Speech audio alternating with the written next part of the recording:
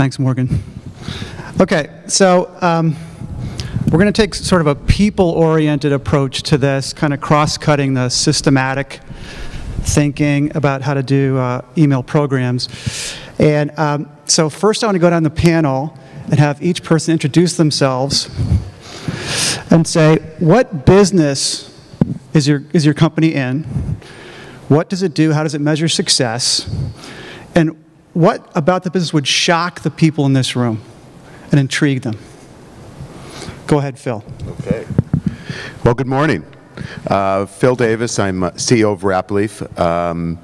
We have marketers to my left. I'm one of the vendors on the panel, and what we do is we help our clients leverage our email-centric database in order to get the data they need easily to create insights and really foster personalization. And would you be shocked? You know, for us, intrigued is okay. Intrigued, shocked, and awe.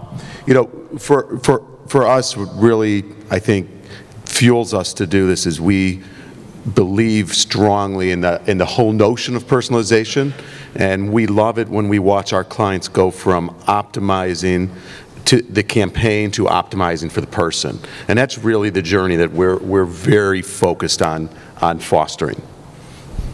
Thank you. John Kavaliauskas from TBC, and what TBC is a parent company for a number of different organizations, probably best known for Midas, National Tire and Battery, Sumitomo Tire, etc. It's about 20 different brands, and responsible currently in a new role now for enterprise CRM, and previously was email marketer for the organization. And shocking in the automotive service and tire industry. What's going on with tires? I think most recently what we're starting to discover is we were not really leveraging data or really using it in the past, and now we're starting to discover really the power of it, even more so than just in email and CRM, but just as a business. Thank you. Hi, I'm Sai from South Korea. Too soon? Okay. Go for it. Go for it. No, I'm not going to do that. Tim Lee, I represent Think Finance today. We are the biggest online lender in the United States. We've serviced over $2.5 billion in sales over the past couple of years. And the most shocking about our business, our industry, is basically everything. You know, maybe a stat, maybe a piece of data for you guys. For $100 that I lend out, I lose about $50. So anything you guys in the room can help me out to control that loss, it will be very beneficial. Thank you. Wow. Okay. Hi, Angela. Go ahead. Hi, I'm Angela Sanchez, a VP of Direct Marketing at Universal Music. We're the largest music company out there with, I'm sure, artists you recognize like Lady Gaga, Kanye West, Katy Perry, Psy, actually. We love Psy. Something you might find interesting is when I talk to people about music, it's like, oh yeah, it's great. I go to concerts, I buy t-shirts. My friends do, my kids do, and we don't make any money off of that. I'm actually in the side of the business where we're making money off of people who are consuming the audio products. So if you're buying the album at iTunes or at Best Buy, if you're listening to it on Spotify. So what people aren't buying, that's where I'm making money off of in the music industry. So it's a bit of a challenge for us, and we're really trying to understand those consumer behaviors around our products to help, around our artists to help sell the product that we're selling, which is the audio recording. Thanks, Angela. So let me stick with you. Okay, now when you think about your customers, if that's what you call them, or your users, or your fans, customers. Fans. If this room was your customers, would they have a certain look to them? Is there someone out there that looks like the perfect type of person that would be a fan of one of your services?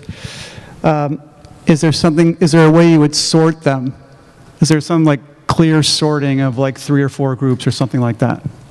So for us, no, for a couple of reasons. We actually, that's one of the challenges we have on the data is getting that information on our customer base. And because we don't, one of the challenges, we don't control the point of purchase, right? iTunes controls that, so we don't see conversion. on our side. That's the first challenge. The second is a lot of the behavior is happening outside of the portals that we control. So a lot of the behavior is happening at iTunes, at a PerezHilton.com, a lot of other types of places. So it's hard for us to understand that behavior. The second part of it is we do have such a large product base, and music, pop music is the perfect example. Like, what do you consider pop? Country music, could it be pop music, along with what you call traditional or urban music. So, and we have so many artists that you tend to be, there's a good chance you're a fan of a Rihanna, who's more urban leaning, to, as well as Lady Gaga, who's a little more dance leaning, right? As well as a Psy, who's kind of a cultural phenomenon. So understanding what does that person mean, it can be across all ranges. Okay, and so, and in your work, do you think about categories of people or try to sort them at all? No, we haven't been doing that. We're actually, that's one of the things that we're diving into, is more social behavior than that. Phil Davis from Rapleaf here can help you with that, I think. Oh, he's told me. Okay. So Tim, how about you? Is there a way you segment the audience, or segment your customers? Yeah, that's our, we've been doing this for the past couple of years. When you think about subprime lending, you think about lower income, less educated, all the jazz that you would think about our demographics. But in fact, a lot of Americans don't have a whole lot of savings from a day-to-day basis. So our customers are actually highly educated, has a $30,000, $40,000, $50,000 annual income, and slightly more female than male audience. But we do everything we can to segment, not just segmentation, but also personalize our product and offers and messages down to the individual level. So we're absolutely all about segmentation and individualization. Okay. John, how about you? I don't think there's enough tables in the room to segment our customers, because we're not only marketing to the individual, but also to their vehicle. So that's really what our drive to one-to-one communications is all about. Marketing an 18-year-old that drives a 1985 Ford F-150 really deserves a different message, a different offer than a 52-year-old mother of 3 children driving a brand new Beamer. Okay, makes sense. Phil, have you worked on a particular campaign that you think there was clear segmentation that helped? Oh, I mean, absolutely. And I think sometimes segmentation simplifies it. And so when I think about these examples, and actually as you think about the panels we were just listening to, we heard about acquisition and recognize a lot of money goes into acquiring your customers, and a lot of effort and a lot of time. And then the panel before, we talked about a lot of ideas. A lot of ideas are coming from the data we can use when we know a lot about the customers, right? But what happens in the middle, the time after we've just acquired that customer until the time where we start to engage and get to know that person? How do we get past that barrier and treat them better, treat them with a more engaged message right off the bat, frankly make a much better first impression? And so we've worked with some clients that have really done a great job in shifting the way they make a first impression. Specifically, we have a daily deal client that spends, as you can imagine, a lot of money to acquire that email address. Well, they're sometimes stuck with a deal that is specific to whatever the salesperson sold. So they're told, today, your deal is a manicure pedicure. And they struggle with that. They have to push that out to everybody in their database. So what can they do? Well, they've taken data and they've made big data. I like to say they've taken big data and made it big data small so they could make it usable. And they've taken a few fields so that they could change the content and make it speak to the different segments. So they now have a segment of single women. They have a segment of married women. They have a segment of married men. They have a segment of single men, obviously the other side, and then families with children. And what they're doing now with their first message is shifting up the content to speak differently, even though they're stuck with a manicure pedicure offer, right? So they're going beyond just the A/B testing, because in A/B testing, B loses, A wins, and you treat everyone like A. When we start to broaden the segments, everybody can win. And that's what our daily deal client has been working hard to do. Okay, that makes a lot of sense. Let me ask a question about this month. So John, is there something in particular this month that you're doing in some campaign or some program that there's 3 things that if you knew that about this person, you're pretty sure they would do what you want them to do. And there's 3 things, if you knew about this person, you're pretty sure they wouldn't do what you want them to do. In our particular case, if we could predict when their vehicle is going to break down, we could make sure to get the offer in front of them and make sure they come into our store. But 3 things. Anything beyond that? So that would be like a situational thing. Right. Is there any other characteristics? So tell about the thing that you're trying to accomplish. You know, what the program is, whatever you're trying to do. Right. And then, so there's situations or anything else that if you knew about them, they would be more likely to do it. Okay, right now we have a very rudimentary service reminder program that doesn't look at as much data as we want it to. So we're in a process of developing a marketing database that will have all the data. And to Phil's point earlier, we really don't know the customer well enough until they've come to visit and service their vehicle at least 2 or 3 times, which in our case could be as much as 13 to 14 months. There's a big gap there. You know, the 8 months that when we first get the email address, when they first visit our website, when they first, even from their first visit, we really don't know them that well, where there's a lot more data aside from transactional that can add value to our marketing. And are there things about people that you know, if you sent them an email, that you know it's going to be wrong? Is it just situational, or is there anything else about them? No, I mean, definitely in many cases we don't even know their gender because that's not captured at point of sale, and you know, they could do fuzzy match to determine whether they're male or female, but there's other external data sources that can help that along. Okay. How about you, Angela?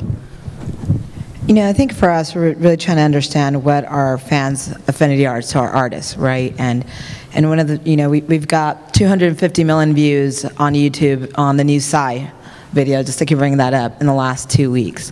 Yet we know those people aren't necessarily going to convert to an album purchaser, whereas you have a Lady Antebellum record coming out next week that there's a lot of engagement happening over their website, clips of the new album, their performances, etc. So how do we understand that, you know, a user might be a $1.29 user to buy a single for Psy versus a $9.99 album purchaser? And because of what I mentioned, how we have that lack of data in-house, we're trying to figure out where do we get some of that data. And we've started down a path this year to look at social listening and social behavior. We have a product that inherently is social, and people talk about it all the time. And we've been utilizing social login on our websites for about the last 18 months. And we've just started this process of getting our users that are logging in, tracking their social behavior against our artists, and tracking their engagement on Facebook and Twitter and YouTube. We've got about a set of 15 to 20 data points where we're scoring them against how they're acting, whether it's liking, sharing, commenting. And that's going to help us understand, well, this user has done X amount of actions against Lady Gaga, but maybe 1 action against Psy. And that's where their affinity level is. And help us understand that that's what they're driving more towards, so that we can do more promotion and also more cross-artist promotion, because we know there's a good chance you like more than one of our artists. How do we leverage that at the same time?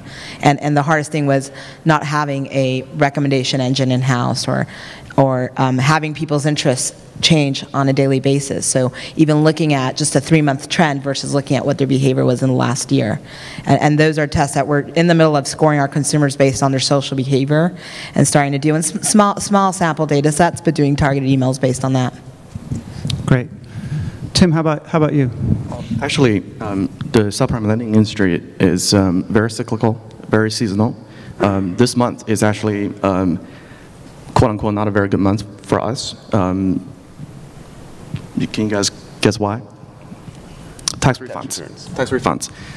But then again, there's a lot of refund anticipation loans that's been around for the past 3-4 years.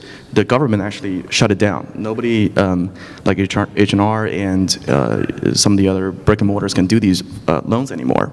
But as a subprime lender, we are always thinking about ways to kind of capture that revenue stream back for the brick and mortars, or even to ourselves. So this month, I know some guys in here are from Intuit, so we should talk about maybe merging some of our data together. But how do we capture that, that cycle for our industry in this kind of a low volume month, tax season, tax refund season?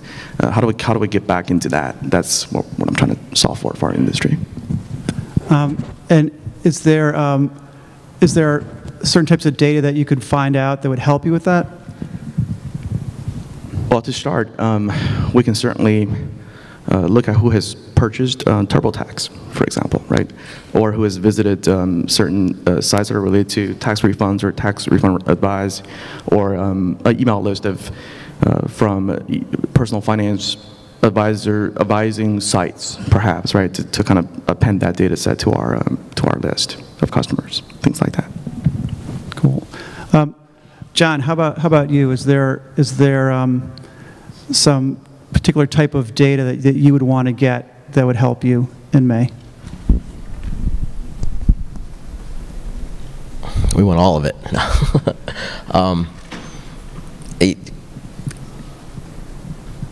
I mean, it's a big set.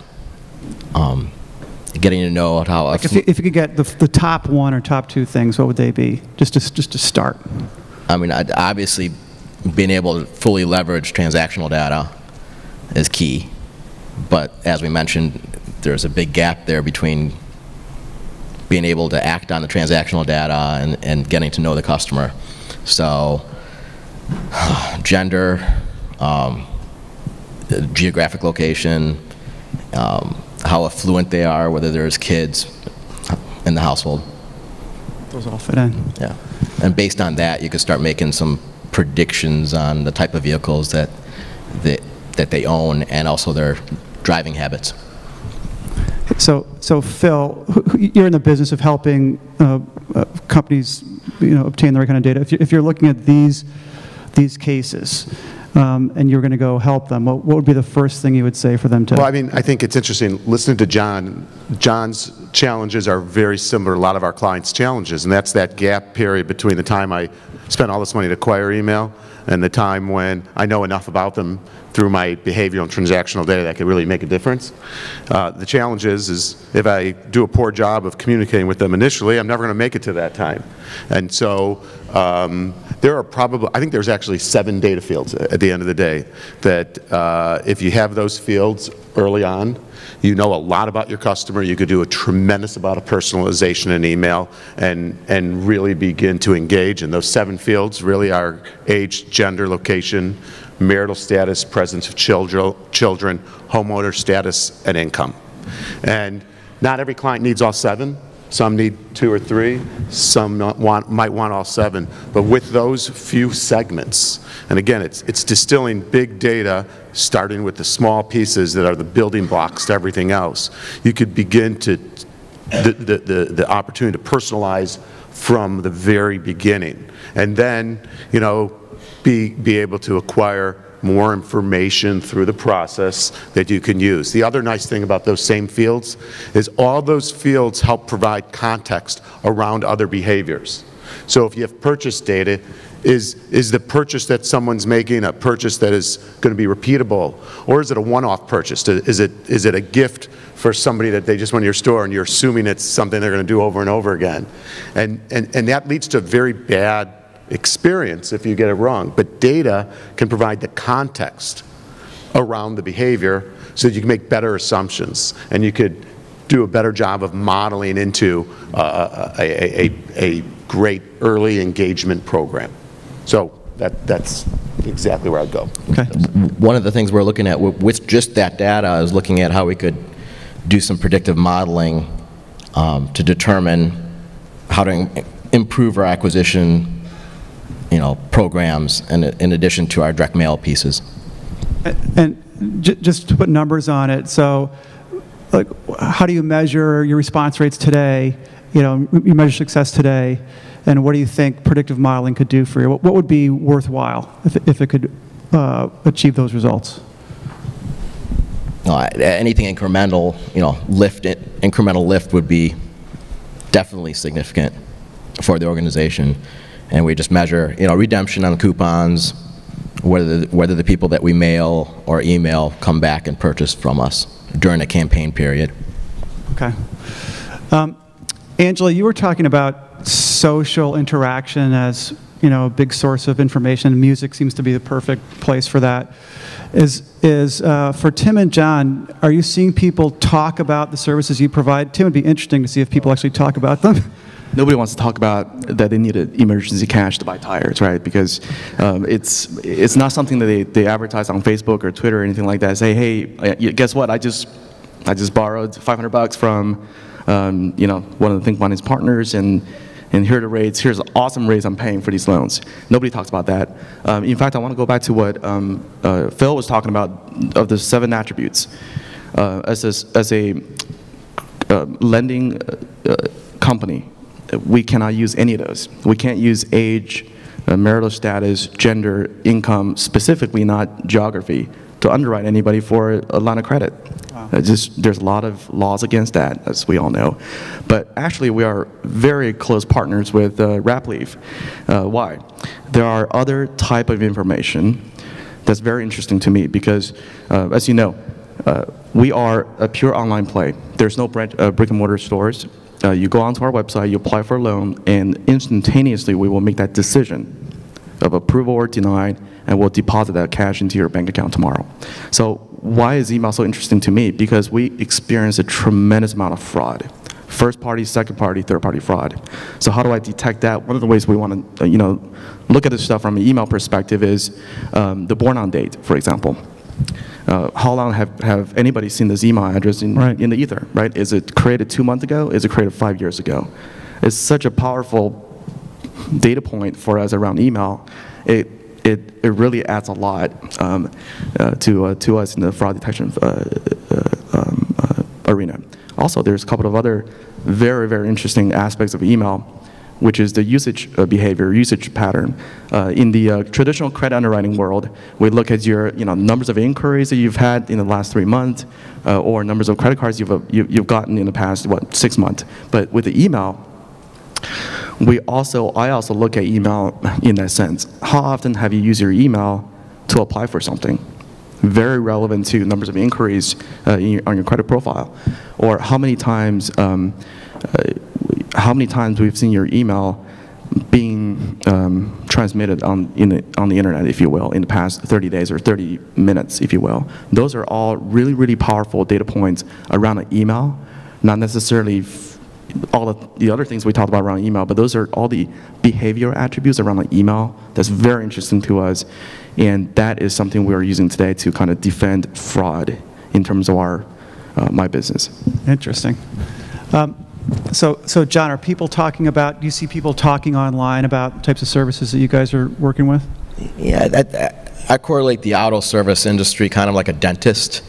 You have to go, and when the car breaks down or if you have a toothache, you're going to go to a dentist. So like Yelp and stuff? But you're not so happy to go in most cases, even if it's for annual maintenance or if it's a breakage or what have you. So the same thing with our customers. They're typically not so happy to come, so therefore they're not really bragging.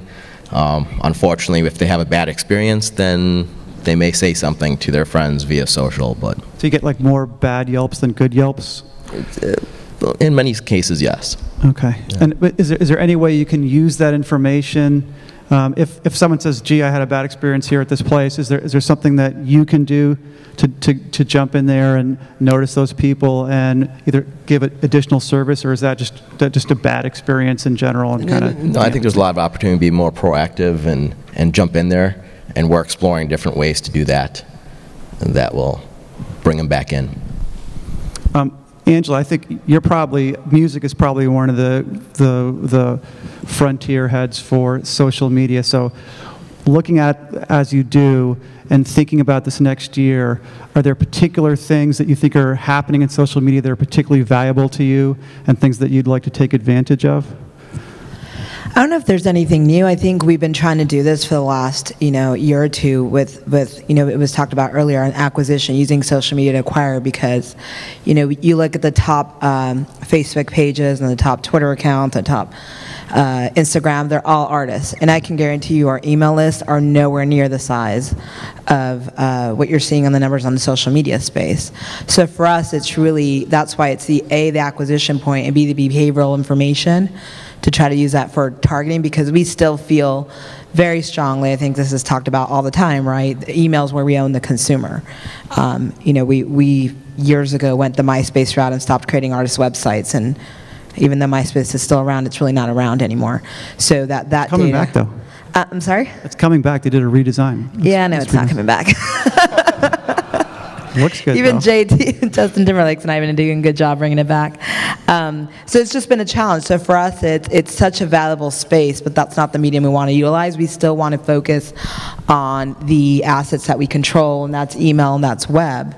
But we want to leverage the information and data behind that. I think that's why when we don't have tons of site registration, but we decided to go to the model of not just Facebook Connect years ago, but social login, because internationally those social networks can change, and getting that demographic information that we may not get out of 3 or 4 fields we put in our email entry to avoid people not signing up with us. So it's really just doing the basics. And now I think when we're getting to the point of how are we getting smarter using that data, because we've been collecting it, we've been converting, but not necessarily leveraging it, we've realized that we've got to get to that point, because as is a common thing that everybody talks about, automation and personalization is what we want to do as well.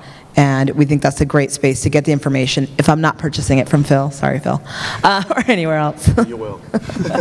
Phil will get that data.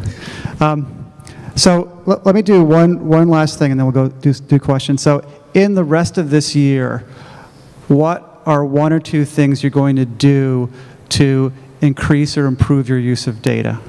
And go ahead, Angela. We'll come back. I feel like I just kind of said that. It's okay. it's behavioral information and the automation of that. Okay. How about you, Tim? It's just going back to what Angela was saying. Nobody wants to talk about their experiences with their credit cards or payday loans or anything like that on their Facebook. So, but that's okay. But we're very interested in Twitter feeds, Facebook posts, and things like that. So we've been listening to our customers for the past 6 months. They don't ever talk about my product, ever. Ever. But what they do talk about are these. We categorize these folks into 2 categories. People are either talking about the future, meaning that they're planning ahead. They're talking about the weekends, they're talking about travel, they're talking about happy stuff. Or there are people talking about emotions. I cried, tears, these keywords. Once you separate these 2 groups out, one of the things we measure in our industry is default rates, obviously, right? It has a completely different impact on my default rates. So we're not using social media to advertise, acquire, engage, or message, but we're absolutely using social media to profile folks, right? Segmentation. So that's very interesting to us. So this year, I want to bake that into our underwriting fraud process in real time. In addition, we've been working with a lot of folks to look at other people's social media, social network sites, Facebook, Twitter, things like that. Again, we don't use it in a sense that we want to, be friends with you or send a message specifically on their Facebook posts. But what we do is we look at numbers of friends you have on your Facebook, just a sheer number, numbers of LinkedIn numbers of LinkedIn friends, if you will, and how many posts, how many photos you've got on your photo bucket. Those things are all very super predictive in the some of the predictive modeling stuff that we've been doing. Very interesting. That stuff. Thanks, Tim. Hey, John, how about you? Big brother over here. I know we talked a lot about data and getting the data, but that's only the first step. And actually leveraging it and using it is a really big hurdle, and I know Phil's heard me say this, is you just have to get ready. So this year, we're getting ready and putting the places, the process, and the database and the infrastructure in place to really be able to leverage it. And we're also doing a lot of testing, test. Great. Phil, I guess, what are you seeing? What are you seeing people are doing this year? So I think there's a couple things that's really interesting. kind of a shout out to the ESPs. They have come a long way in helping marketers make data more usable and actionable. So, you know, I've been in the data side for a long time, and I remember, you know, selling data elements, and people would say, this is great, but how can I make all this data actionable? And what I see happening lately is people are coming to some of our ESP partners and saying, wow, your tools are awesome. How do I get the data to fuel these tools? And so now they're coming to us that way. And so we're seeing a shift, and a lot of it is in the technology, and it's an ability to make the data more actionable. And it's watching ESPs actually leading the way and changing from saying, listen, my platform's an email platform. No, they're not talking that way.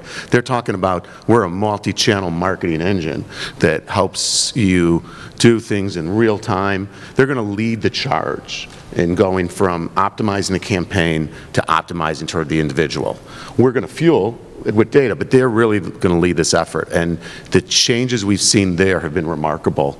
I'd say if you turn back the clock and look at someone's interface 3 years ago and look at what they have today, compare today's roadmap with 3 years ago, it's pretty tremendous. What we're going to start doing differently from a data perspective is, instead of providing raw data, we want to be able to provide automated insights that can bridge first-party, third-party, lots of other data, and keep up now with the pace of the demands that the ESPs are going to require.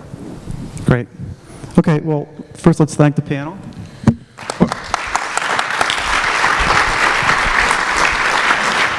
And we have a couple minutes for some questions, if there's any. Yeah. And actually, I'm gonna jump in here. I'm gonna put Phil on the spot. You talk about a lot of data, collecting data, then passing that, kind of disseminating it around. Talk to us a little bit about some of the privacy here, right? Because we're talking about sort of aggregate shared data, and then you're also hearing all sorts of rumblings in Washington about legislation saying, hey, you know what, we're not so fond of this idea of just sharing of data. So could you? Sure, and I'm probably not the expert that maybe Dennis or Stephanie would be, but I'll give you an opinion at the very least. From a Rapleaf perspective specifically, we focus on overlaying fields. We do not deliver personal identifiable information. And so we're very, very specific in that we are working with our customers' lists to overlay data and to help them understand and know more about it. I think if I could shift your question a little bit so that I could go closer to what I know more about, Morgan, and if you could bring me back in. I think that what we really aren't talking enough about is the value that is brought to the ecosystem and to consumers when we use data responsibly. And so, as an example, we have a lot of noise online, right? And by understanding and using data better, we can create better experiences for people. We can help them interact better with websites. We can help them get less clutter into their inbox because we understand in a better way. However, not everyone wants it, and we have to be respectful that there are consumers that don't want to play in the game. So I also believe it's important from a policy perspective that terms and conditions are clear, so consumers understand what's happening when they're in various sites, and that we're transparent and we have a sense of control that we could pass back to a consumer. And we've got a long way to go. That's why it's a healthy dialogue, and I think it's only going to make for a much better ecosystem. I just want to mention one thing about Rapleaf is it has instant opt-out, which I think is a leader in the industry on that, the speed with which you can opt out. Having consumers be able to find the place to go opt out is a project as well, but there's collection sites like privacy.org and others that you can go to and then find places to opt out. So I think we need to market correctly the places where customers can go and opt out in some levered way. All right, other questions? All right, well. Here, actually, there's one back here. There is one, all right. Kay Kerman with American Airlines. One question I have for you guys, are you using clout or cred in terms of measuring social influence and using that to target your emails and things? No, we're actually not using it on our end. And we're actually going to start doing social influence based on this listening that we're doing and doing our own score, because we can identify, once you're scoring a consumer, right, you can identify the top influencers for an artist specifically. But we've looked at it, we just haven't worked with that. That could be something for you, Tim, too. Yeah, well, I don't want to offend anybody, but the hit rate on these scores are very low for me. I can probably get maybe less than 10% of people have a pendant with a credit or influencing score. But when I do have that value, it's very predictive of what I care about. Basically, it's actually another measure of how real this person really is on the online space. Yeah. I also think it has a lot to do with what you want to do with that data. So we've talked to a lot of clients who have challenges getting enough scale with that data. However, if you have a brand and you have a pretty niche product and you really want to get at your most influential folks, it's a great tool, right? But when you have a very broad brand, it's going to be very hard to get the coverage you need. It's also relatively Twitter dependent, which is one of the reasons why it doesn't have as much coverage. But that's certainly, it's a great tool, but it has some limitations in terms of getting scale. But if you're saying I want to find people that are likely heavy users are going to share, that, do you think the scores are good? I think there's some value there, absolutely. But the real question, before you get any data, before you get the 7 fields I'm talking about or any other data, you should have an idea of what you want to do with it. And so if there's a benefit to your brand, and I could see that for you, frankly, of understanding who are the few most influential social people, then absolutely it's a worthwhile It's a good place to start. Hi, my name is David Grosser with PaperStyle. I have a question for Angela. With social login, have you found that social login has just replaced your normal registration, or do you see significantly more people registering with you because you have social login? So we specifically ripped out standard registration and included social registration. Actually, we had the option to include traditional login in our flow and decided not to because of the lack of data that we would receive from it. And what we've done is we've seen a bit of slight increase in number of registrations, but the amount of data that's coming through with that, because we're in the flow, we're also putting an opt-in as well for email, and that's obviously a super high correlation there that we're seeing. So we've seen the benefit in that alone, and the fact that it's just, we just don't know what's going to be next in technology. So the fact that these providers, we work with a company called Jan Rain, the fact that Jan Rain automatically brings in new OAuth providers to put into their system, and we're starting to use this in the UK and Australia, that information has been invaluable to have that within Jan Rain, and then we leverage the data kind of along Phil's line. We don't have this huge data warehouse that everybody wants to have, so we're leveraging the data that we're getting from Jan Rain into our ESP with ExactTarget to do the segmentation. Perfect. I think we'll stop there. I want to thank the panelists and.